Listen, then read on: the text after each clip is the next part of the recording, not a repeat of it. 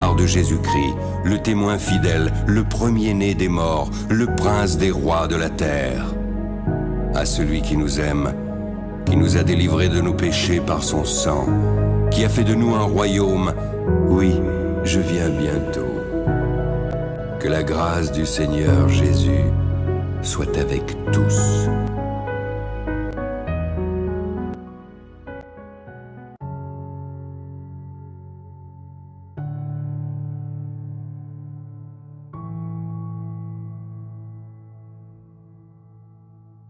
Bonjour à tous, j'espère que vous allez bien, moi ça va très très bien. On se retrouve aujourd'hui donc sur une vidéo très intéressante. Aujourd'hui nous allons parler donc de l'actualité mondiale. C'est vrai qu'il se passe énormément de choses prophétiquement parlant actuellement à l'échelle mondiale et on voit vraiment beaucoup de choses qui s'accomplissent, beaucoup de prophéties qui s'accomplissent et on voit également en fait que le chemin de l'antichrist est en train vraiment de se mettre en place petit à petit.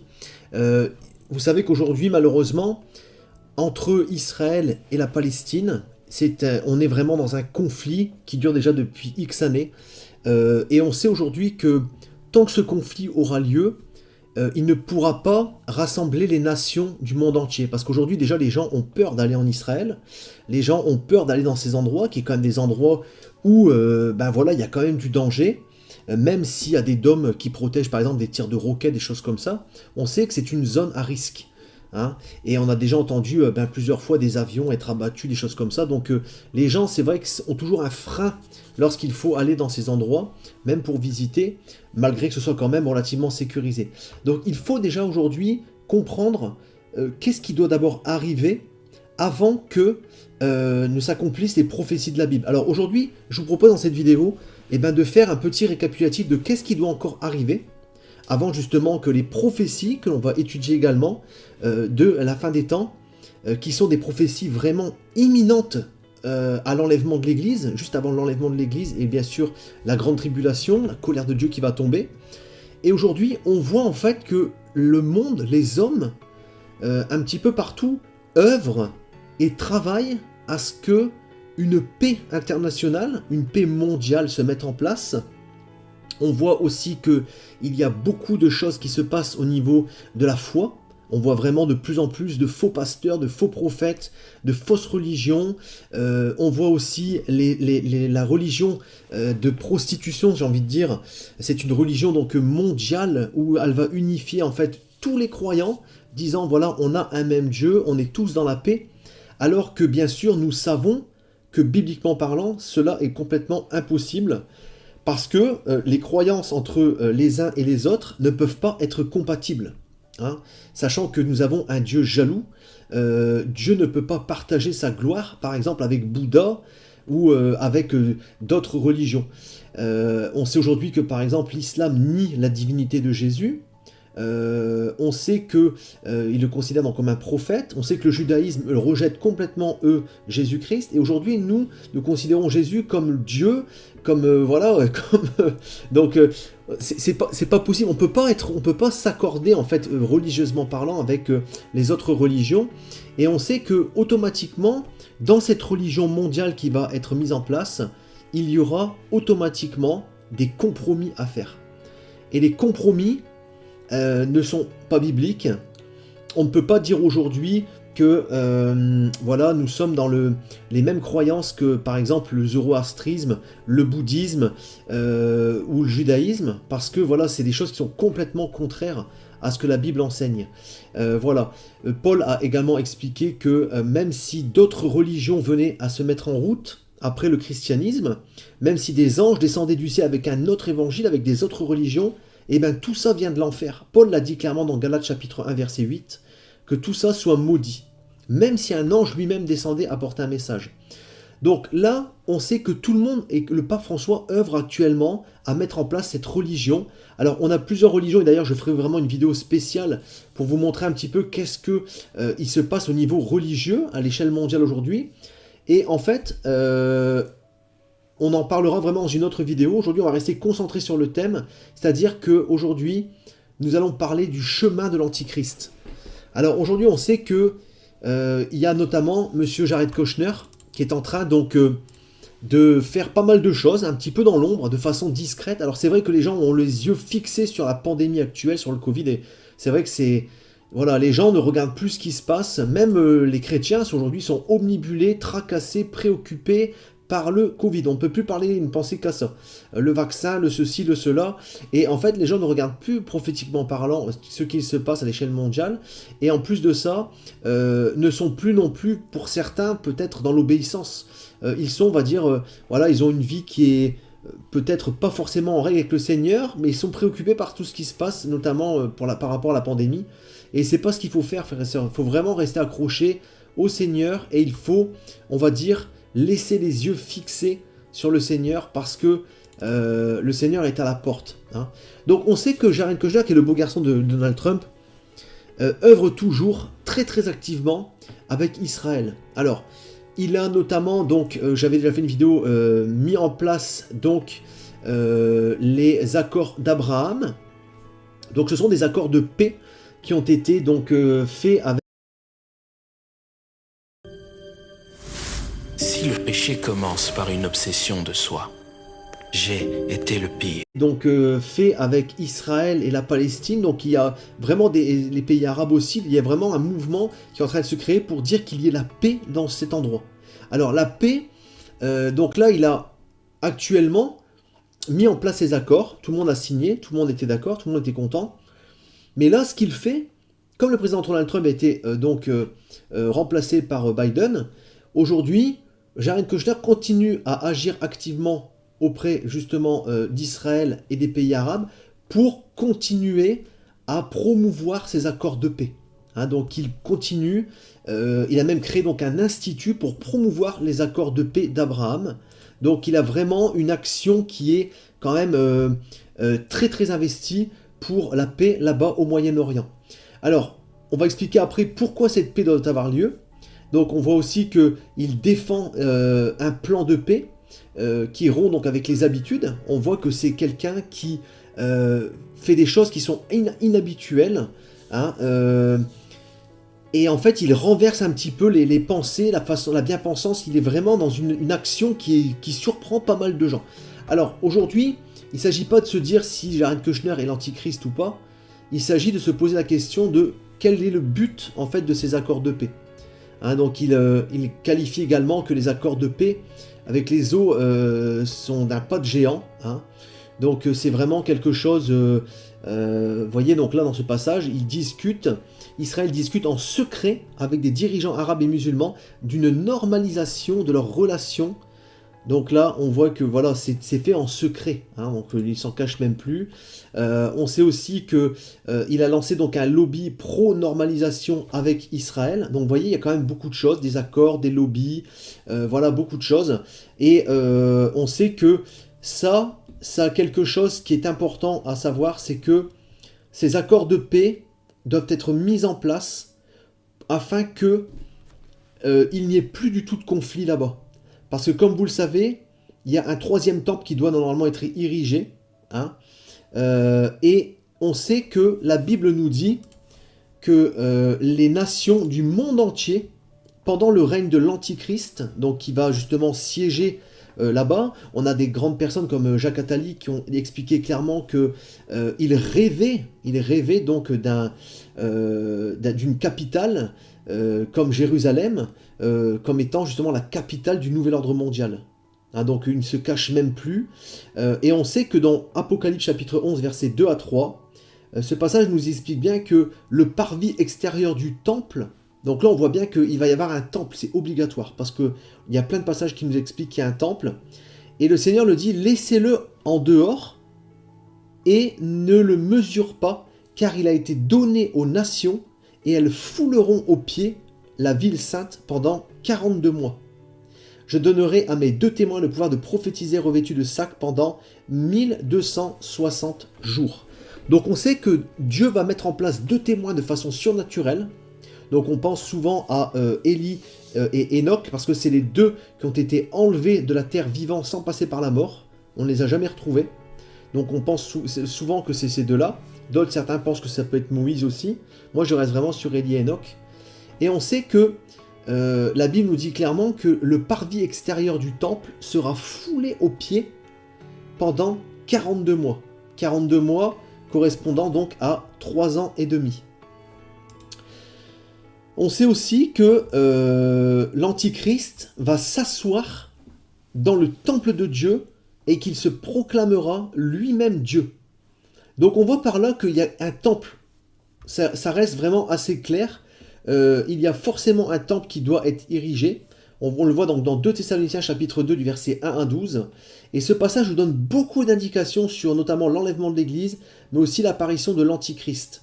Donc pour qu'il y ait un temple et pour que les nations du monde entier s'assemblent en Israël, en fait il faut que la paix soit instaurée. Et on voit que Jared Kushner œuvre dans ce sens. Alors aujourd'hui, il n'est pas forcément important de savoir si cet homme est l'Antichrist, parce que il y a beaucoup de personnes qui avancent que ça pourrait être l'Antichrist, mais aujourd'hui, il est important d'être prêt à l'enlèvement de l'Église, parce qu'on sait qu'à un moment donné, il va émerger, et on va voir comment il va émerger, c'est important. Je ferai une vidéo également très concrète et très précise sur l'Antichrist. Et aujourd'hui, donc là, regardez qu'est-ce que la Bible nous dit dans 2 Thessaloniciens chapitre 2, versets 1 à 12, pour ce qui concerne l'avènement de notre Seigneur Jésus-Christ et notre réunion avec lui. Donc le Seigneur sait que la Bible nous dit que nous allons être réunis dans les airs avec le Seigneur. Donc là, on ne parle pas de l'avènement dans le sens où le Seigneur va venir déposer son pied sur la monte des Oliviers. On parle de la réunion avec lui dans les airs. Donc on parle de la résurrection des morts. On parle donc également de l'enlèvement de l'Église qui va se faire donc les deux en même temps. On va être réunis avec lui et ensuite tombera donc la colère de Dieu. Et là, Paul nous dit bien, nous vous prions frères de ne pas vous laisser facilement ébranler dans votre bon sens et de ne pas vous laisser troubler soit par quelques inspirations, soit par quelques paroles ou par quelques lettres qu'on dirait venir de nous, comme si le jour du Seigneur était déjà là. Que personne, donc là on dit le jour du Seigneur. Donc le jour du Seigneur, c'est le jour de la colère de Dieu. Le jour du Seigneur est toujours associé au jour de la colère de Dieu. Donc là, Paul dit bien que la colère de Dieu va arriver. On sait que la colère de Dieu va durer 7 années. C'est la grande tribulation. Et on sait que aujourd'hui, là, Paul nous le dit bien en ce passage, que la colère de Dieu va arriver à un moment donné où, verset 3, que personne ne vous cite d'aucune manière, car il faut d'abord, avant la colère de Dieu, que l'apostasie soit arrivée auparavant. L'apostasie, on est en plein dedans.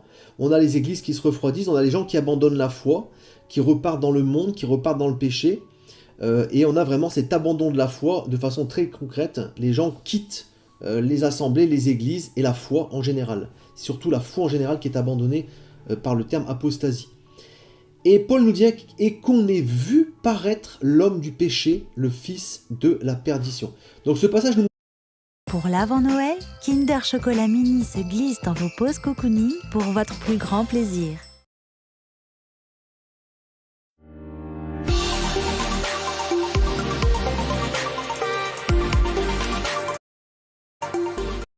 De la perdition. Donc ce passage nous montre bien que nous allons voir paraître l'Antichrist, qui est donc le fils de la perdition, ou également l'homme du péché, mais aussi l'adversaire. Donc cet homme s'élèvera au-dessus de tout ce qu'on appelle Dieu et de tout ce qu'on adore jusqu'à s'asseoir dans le temple de Dieu, se proclamant lui-même Dieu. Ne vous souvenez-vous pas que je vous disais ces choses lorsque j'étais encore chez vous? Et maintenant vous savez ce qui le retient, afin qu'il ne paraisse qu'en son temps. Donc qu'est-ce qui retient l'Antichrist? On va le voir juste après. Car le mystère de l'iniquité, donc le mystère de l'injustice, du péché agit déjà, il a toujours agi depuis déjà plus de 2000 ans. Il faut seulement que celui qui le retient ait disparu. Donc il y a quelque chose qui retient l'Antichrist, et il faut que cette chose-là ait disparu. Alors paraîtra l'impie, donc l'Antichrist, que le Seigneur Jésus détruira par le souffle de sa bouche et qu'il l'anéantira par l'éclat de son avènement. Et là, ils nous disent bien, attention, l'apparition de cet Antichrist, de cet impie, se fera par la puissance de Satan, avec toutes sortes de miracles, de signes et de prodiges mensongers. Donc ça va vraiment être un homme qui va être poussé sur le devant de la scène de manière incroyablement puissante, avec des prodiges, avec des choses incroyables, des accords qui vont être signés. Les gens vont être stupéfaits de la main de fer et du charisme, de la puissance de cet homme. Et avec toutes les séductions de l'injustice, donc de l'iniquité, pour ceux qui périssent parce qu'ils n'ont pas reçu l'amour de la vérité pour être sauvés. Aussi Dieu leur envoie une puissance d'égarement pour qu'ils croient au mensonge, afin que tous ceux qui n'ont pas cru à la vérité, mais qui ont pris plaisir à la justice, soient condamnés. Là, le Seigneur nous dit bien que ceux qui ont rejeté Christ, et ben, ceux qui ont refusé le pardon de leurs péchés par le sang précieux de Christ, et ben, en fait, vont croire que cet homme est le Messie. Il y en a beaucoup qui vont croire que c'est le Messie, que c'est le Sauveur, et vont tous tomber dans le panneau, à cause d'une puissance d'égarement que Dieu va leur envoyer, parce qu'ils n'auront pas cherché, parce qu'ils n'auront pas, ils se seront confortés, voilà, ils n'auront pas non plus lu, n'auront pas la connaissance, donc ils vont tomber tous les deux pieds dedans, mais aussi tous les pécheurs qui auront refusé de se repentir. Donc aujourd'hui, qu'est-ce qui le retient? Et bien en fait, ce qui le retient, c'est donc, premièrement, l'apostasie, donc l'apostasie est en place, donc l'apostasie ne le retient plus actuellement, mais aussi, Paul nous explique bien que il y a quelque chose qui doit disparaître qui le retient. Et ce quelque chose, eh ben, c'est tout simplement l'Église et le Saint-Esprit.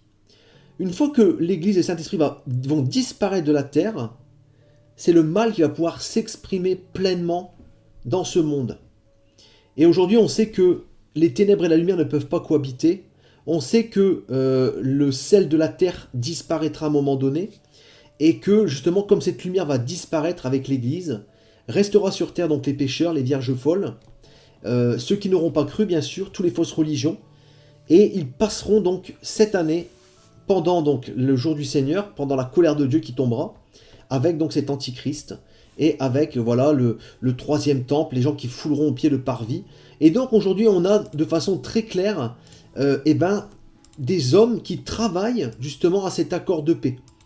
Alors, il suffit simplement de regarder, et on sait que c'est imminent, en fait c'est vraiment imminent. Le Seigneur Jésus a parlé vraiment de tout ce qui allait arriver avant son retour, et que tout cela arriverait le temps d'une génération. Donc on a des catastrophes naturelles, on a vraiment une dégradation du climat international. En termes de paix, les nations partout dans le monde sont irritées, sont tendues à cause de la pandémie. On a donc, comme je dis, donc une multitude de catastrophes naturelles. La Terre n'a jamais été aussi mal. Alors, il y a eu toujours des catastrophes dans le temps, mais jamais de façon aussi répétée, aussi grande, et tout en même temps.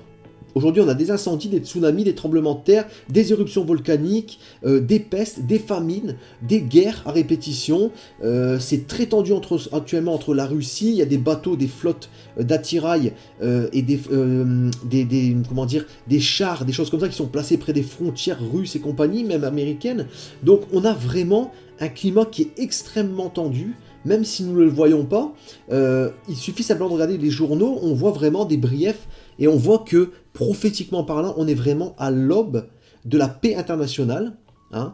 On est à l'aube de la bataille de Gog et Magog, et de donc cet antichrist qui va se révéler pour signer donc un accord de paix, hein, qui va donc réjouir le monde entier. Cet accord de paix sera bien sûr, je pense, aussi sa carte magique, hein, pour dire aux nations, regardez, voilà, je viens avec la paix, et tout le monde va l'acclamer. Parce qu'aujourd'hui, les gens veulent la paix.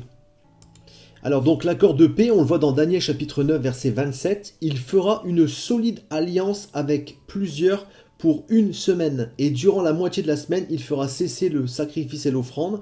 Le dévastateur, donc là on voit un autre nom de l'Antichrist, le dévastateur commettra les choses les plus abominables jusqu'à ce que la ruine et ce qui a été résolu fondent sur le dévastateur. » Donc l'apparition du Seigneur Jésus-Christ qui va le détruire, le jeter avec le faux prophète, donc la fausse religion mondiale, mais aussi avec le diable, hein. Ils seront tous jetés dans l'étang de feu ardent pour l'éternité, bien sûr. Donc voilà, aujourd'hui, prophétiquement parlant, on voit que les choses avancent et que le chemin de l'Antichrist est vraiment en train d'être mis en place. Alors vous savez, Dieu utilise tous ces gens. Restons toujours bien sûr dans la paix, prions pour eux et prions pour l'avancement de la volonté de Dieu. C'est ça qui est important. Le Seigneur veut nous faire participer à sa gloire, et aujourd'hui on doit prier pour l'avancement de la volonté de Dieu, parce que nous n'avons pas à faire grand chose au final. Nous avons simplement à prier, à aider nos frères, à témoigner de l'amour, à prêcher l'évangile.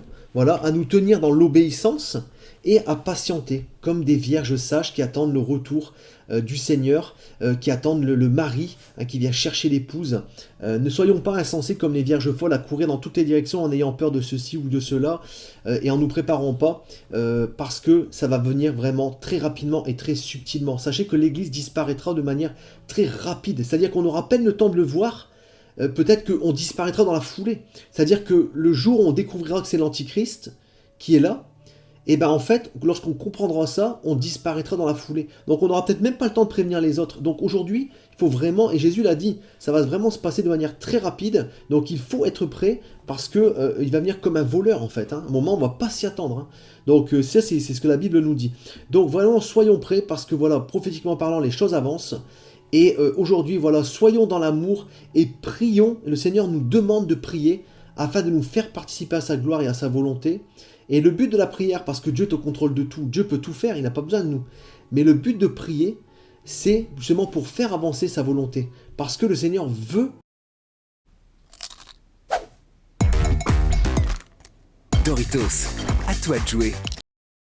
Veut que nous participions à sa volonté, comme il veut aussi que nous participions au jugement. La Bible nous dit bien que nous jugerons les anges, nous jugerons les nations. C'est pour ça que Jésus a dit « Ceux qui ont soif de justice seront rassasiés ».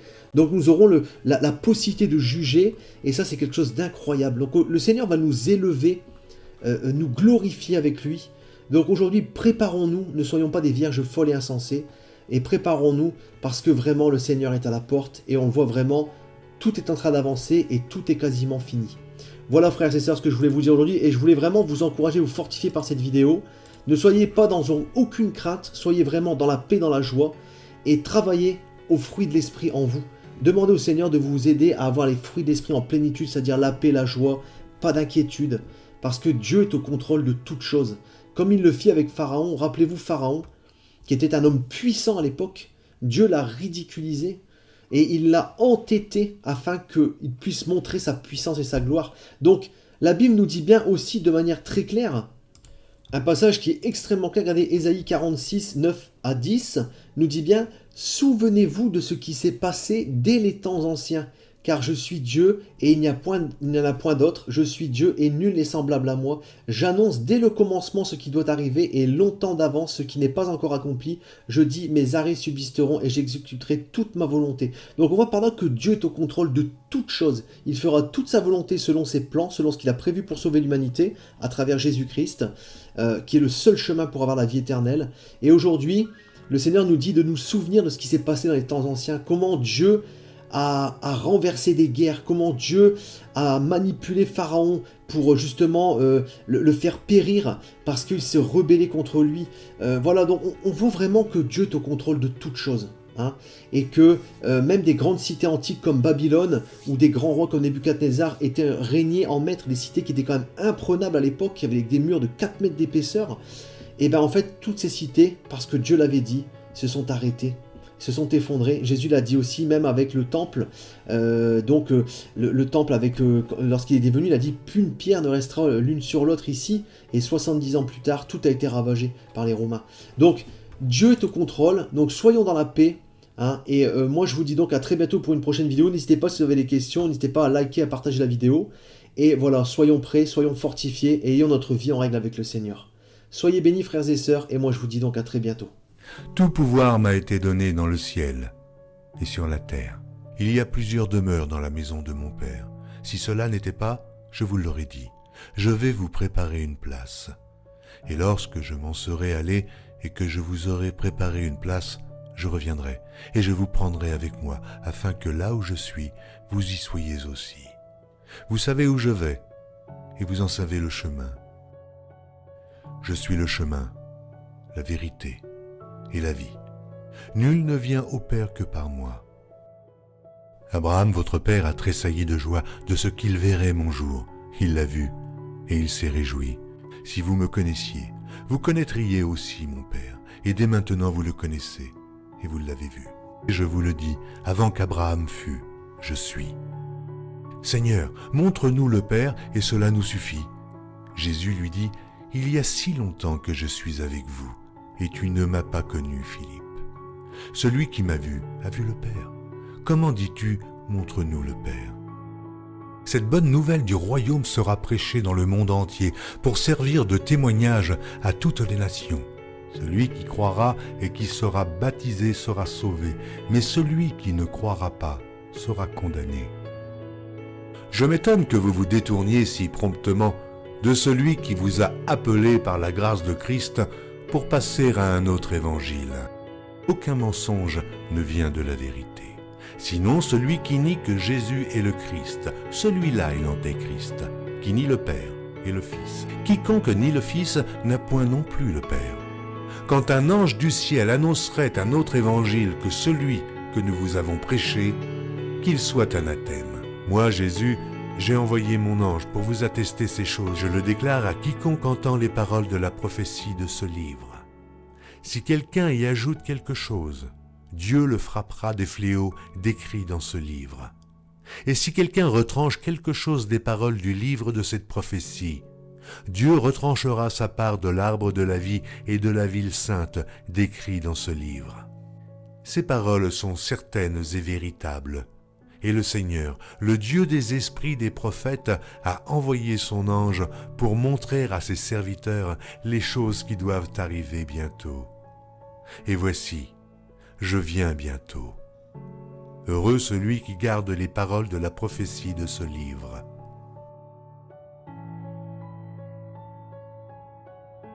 Voici, il vient avec les nuées, et tout œil le verra, même ceux qui l'ont percé.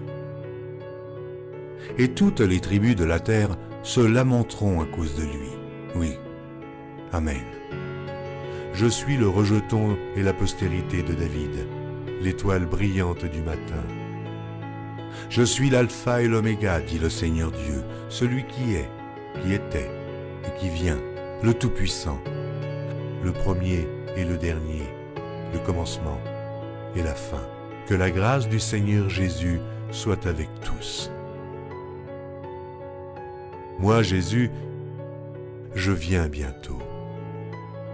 Vous êtes d'en bas, moi je suis d'en haut. C'est pourquoi je vous ai dit que vous mourrez dans vos péchés. Car si vous ne croyez pas ce que je suis, vous mourrez dans vos péchés.